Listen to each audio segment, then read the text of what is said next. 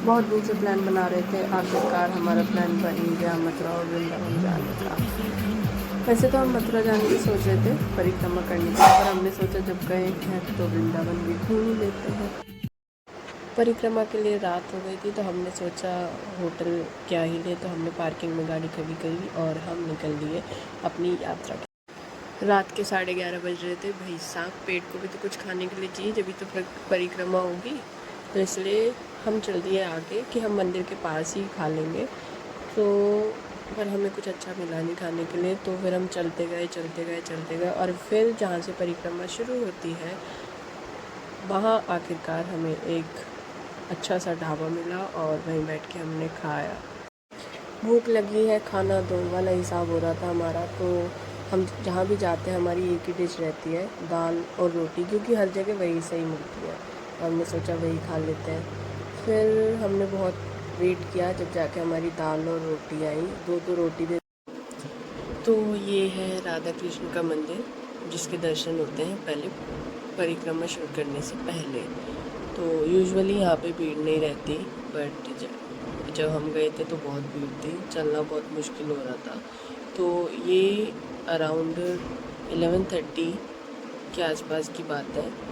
तो बहुत भीड़ थी यहाँ पे, और इस मंदिर में दर्शन करने के बाद हम अपनी परिक्रमा शुरू करते हैं, और जब परिक्रमा करके आते हैं तो इसी मंदिर पे आ जाते हैं।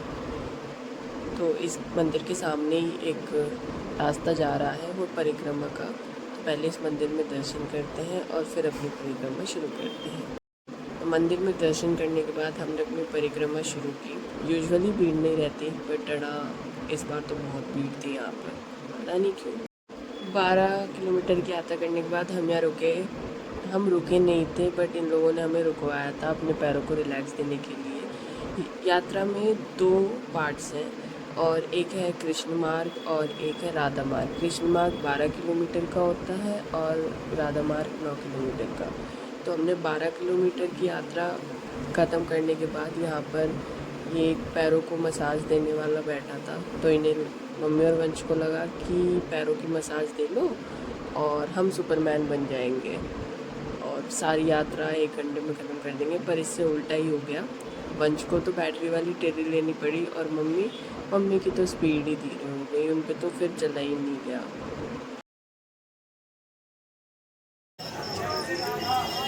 हाय, अब हम बहुत थक चुके हैं, पैरों बहुत दर्द करते हैं। कोई बात नहीं, थोड़ी सी और कर लो।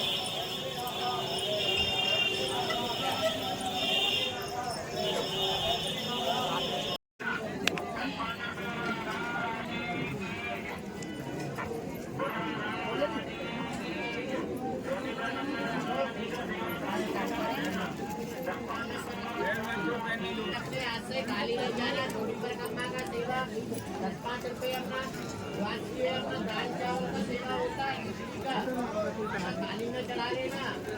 देखिए मंगला मुखी सदा सुखी अपनी आरती लेके जाना और राधा जी का सेवा थाली में चढ़ाना। तो राधा रानी की जय। अरे राधा जी का सेवा में चढ़ाना। सबसे गुप्त सेवा है मात्र 1-2 रुपए की। दाल चावल खिचड़ी थाली में चढ़ा के जाना। राधा रानी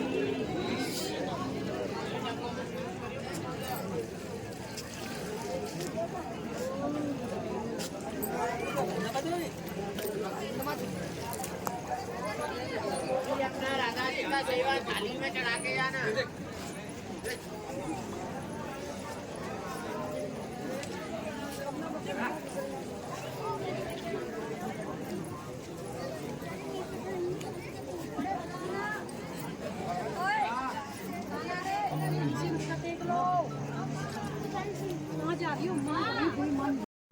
5:30 बजे हमारी परिक्रमा ख़त्म हुई और हम लास्ट वाले मंदिर में पहुंच गए। गिरिराज जी का मंदिर है ये, और हमारे पैरों का तो बैंड ही बज गया था। हम चलने लायक नहीं बचे उसके आगे। और यहाँ पे मंदिर में भी बहुत ही फिसलन हो रही थी, क्योंकि नीचे टहल थी और भीड़ इतनी थी कि मतलब बहुत ज़्यादा कीचड़ हो रही थी यहाँ पे। और फिर ही हम यहाँ खड़े हो वंश का वेट कर रहे थे। मैंने और मम्मी ने दर्शन पहले कर लिए थे क्योंकि पापा वंश को बुलाने गए थे। वंश 1 घंटे पहले ही आ गया था और वो मंदिर के ऊपर सो रहा था, तो इसलिए उनको टाइम लग गया दर्शन करने में। दर्शन करने के बाद हम चल दिए बाहर की तरफ। परिक्रमा करने के बाद पैरों में थोड़ी सी जान बची थी, तो उसी थोड़ी सी जान का फ़ायदा उठाकर हम आ गए यहाँ चाय पीने। चाय पीने के बाद हम दोबारा पार्किंग में आ गए और यहाँ पे पापा ने दीवार देखी और पापा लेट गए क्योंकि दिन हो गया था। पूरी रात हमने परिक्रमा की और चाचू गए थे रूम के लिए, तो हम बहुत थक गए थे और बस यही एक तरीका बच गया था अपने पैरों को आराम देने का। पैर तो बिल्कुल टूट ही गए थे। फिर हमें जाना था वृंदावन, तो चलिए मिलते हैं।